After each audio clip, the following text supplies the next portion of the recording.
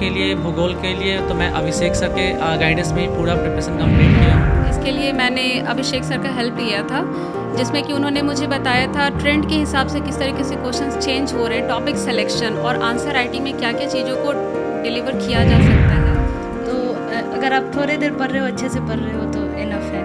और पीटी के लिए मेन आपको फैक्ट पे फोकस करना रहता है, तो उसके लिए प्रीवियस ईयर एक बेस्ट सोर्स है जहाँ आपको अंदाज़ा हो पाता है कि आपको क्या करना है।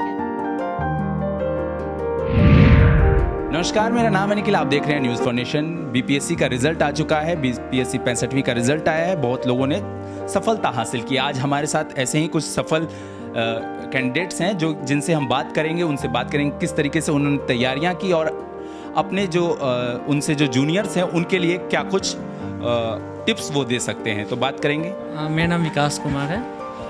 ये बताइए कि आपने सफलता हासिल की है और किस तरीके से आपने प्रिपरेशन किया था और जो आने वाले हैं इस क्षेत्र में उन लोगों को किस तरीके से आप सजेशन देंगे? पहले तो मैं ये बताना चाहूँ कि मैं हिंदी माध्यम का विद्यार्थी हूँ और हिंदी माध्यम से ही पढ़ाई करके मैंने 64th में एज ए रेवेन्यू ऑफिसर और 65th बीपीएससी में एज ए डीवाईएसपी सेलेक्ट हुआ हूँ। मेरा वैकल्पिक विषय भूगोल है और प्रिपरेशन के लिए, भूगोल के लिए तो मैं अभिषेक सर के गाइडेंस में ही पूरा प्रिपरेशन कंप्लीट किया हूँ।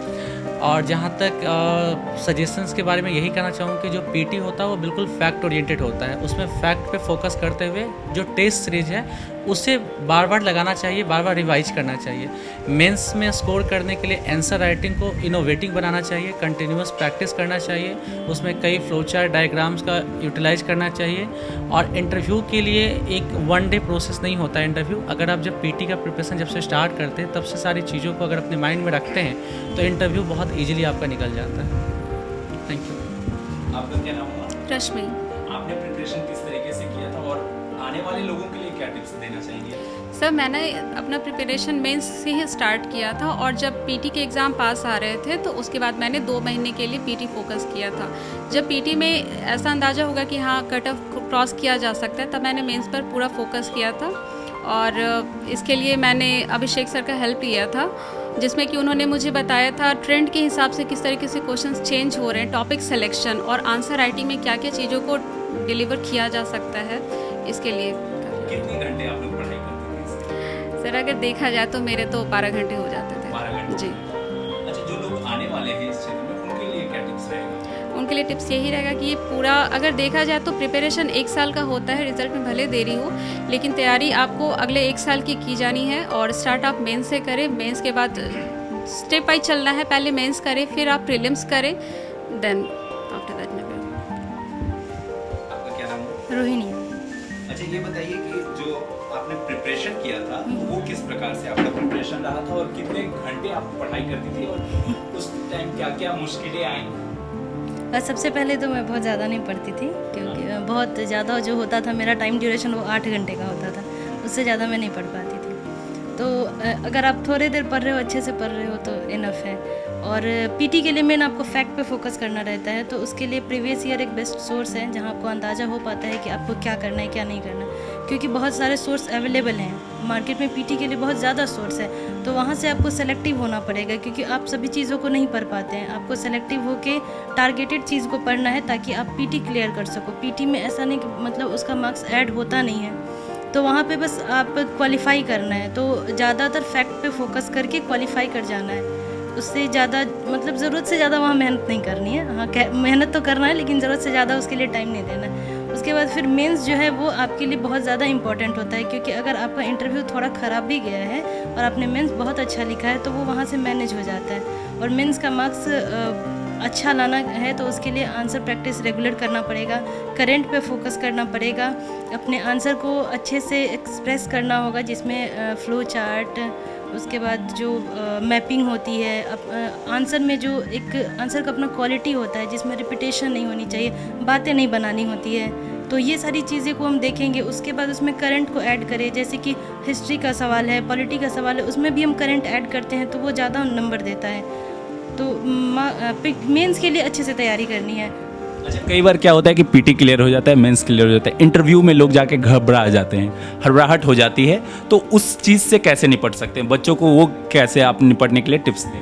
सबसे पहली बात, जो पीटी और मेंस क्वालिफाई किए हैं वो ऑलरेडी क्वालिफाइड हैं, मतलब उनको डरने की ज़रूरत नहीं है। हालांकि ये ह्यूमन नेचर है पैनिक होना, तो फिर भी अपने आप को काम रखना है किसी भी तरह से। मतलब ज़रूरी नहीं है कि अब मुझे इंटरव्यू देना है तो 24 घंटे लगे रहना है। थोड़ा खुद को रिलैक्स करना है, क्योंकि कभी कभी होता है हमारा कॉमन सेंस अच्छा होता है तो किसी हार्ड क्वेश्चन को भी हम इजीली कर पाते हैं, लेकिन अगर वही हम प्रेशर में होते हैं उस समय तो कंफ्यूज हो जाते हैं, कर नहीं पाते हैं। तो खुद को काम रखें, क्योंकि आपको ऑलरेडी नॉलेज है, आपकी सब्जेक्ट की आपको नॉलेज है और तो अपने बारे में नॉलेज है। थोड़ा सा अपने आसपास की चीज़ों के बारे में देखना होता है।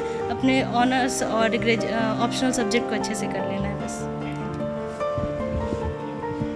तो अब हम सर से भी बात करेंगे कि सर ये बताइए कि कल बीपीएससी का रिजल्ट आया है, कई लोग इसमें सफलता हासिल कर चुके हैं और कई लोग जिन्होंने तैयारियां की थी हालांकि उनको सफलता हासिल नहीं हुई, तो लोग निराश हो जाते हैं। तो उस चीज़ से कैसे निपटने का? देखिए, सबसे इम्पॉर्टेंट है अगर success and unsuccess part of our life, सफलता और असफलता हमारे जीवन का एक पार्ट है। तो असफल हुआ है तो सबसे पहले अपनी कमियों को फाइंड आउट करना चाहिए, किस पोर्शन में हमें काम करने की ज़रूरत है। मींस हमारा शॉर्ट एनालिसिस होना चाहिए, कहाँ हम स्ट्रेंथ रहे हैं प्रीवियस ईयर में, फिर प्रीवियस एग्जाम में, कौन सा मेरा वीकनेस पार्ट है, कहाँ पे अपॉर्चुनिटीज़ है जहाँ पे हम इनहेंस कर सकते हैं। तो इस तरह से एनालाइज करना चाहिए, देन फिर आगे मूव करना चाहिए। बहुत फेडअप, बहुत परेशान होने से कोई सॉल्यूशन नहीं निकलेगा, इसलिए परेशान ऑब्वियस ही बात है, रिजल्ट नहीं होता तो परेशानी होती है, नेचुरल प्रोसेस है।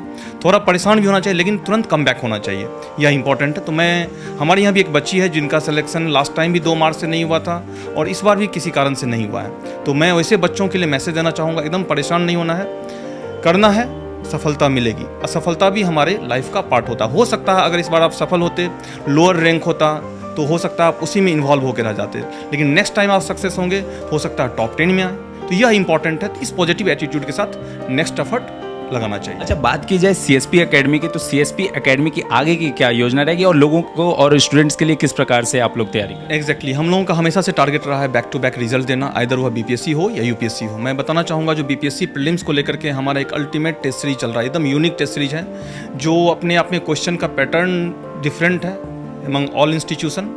सेकेंड थिंग है जो डिटेल डिस्कशन उसका जो हम लोग देते हैं वह अपने आप में अल्टीमेट है, और डिस्कशन सेलेक्टेड स्टूडेंट से। कमिंग डेज में मेंस का भी रिजल्ट आ रहा है, हम लोग इंटरव्यू प्रोग्राम लॉन्च करने वाले हैं, मॉक इंटरव्यू, उसमें हम लोग बेस्ट करने जा रहे हैं। देन फिर मैं एक यूपीएससी को लेकर के भी अनाउंसमेंट करना चाह रहा हूँ। मेरे यहाँ एक फाउंडेशन बैच यूपीएससी का चल रहा है जो इंडिया में उस पैटर्न पे पूरे इंडिया में कहीं भी नहीं चल रहा, और मैं गारंटी के साथ कर रहा हूँ आने वाले दिनों में वहाँ से अच्छे रिजल्ट, कितने परसेंट रिजल्ट इसमें नहीं बात करूँ, लेकिन अच्छे रिजल्ट होंगे। बिहार में यूपीएससी से रिजल्ट देने वाला एक इंस्टीट्यूशन होगा, वह होगा CSP academy. Thank you sir. CSP academy आगे की और कौन कौन सी योजनाएं लाने वाली है और बच्चों के लिए किस तरीके से लाभकारी? ठीक है, सबसे पहले तो सीएसपी में जो भी कमज़ोर बच्चे आते हैं, कमज़ोर घर से आते हैं, उनके लिए हम लोग स्पेशल डिस्कशन कर करके उनके लिए रियायत ज़रूर करते हैं, उनका फी भी कम करते हैं। लेकिन अभी एक स्पेशल हम लोग ऑफर सब लोगों के लिए निकाल रहे हैं कि दुर्गा पूजा तक जो भी बच्चे एडमिशन लेना चाहते हैं जो लेंगे उनको 30% का ओवरऑल डिस्काउंट कर दिया जाएगा। 30% जी। तो बीपीएससी का रिजल्ट आ चुका है और उसके बाद जब हमने सीएसपी एकेडमी के डायरेक्टर सर से बात किया तो उन्होंने साफ तौर पर कहा कि असफलताएं भी जीवन का हिस्सा है, कई बार हम लोग असफल भी हो जाते हैं लेकिन उससे कम बैक करना चाहिए और जी तोड़ मेहनत करना चाहिए, यही सफलता की कुंजी है। और भी अपडेट्स देंगे, बने रहिए न्यूज़ फॉर नेशन के साथ। धन्यवाद।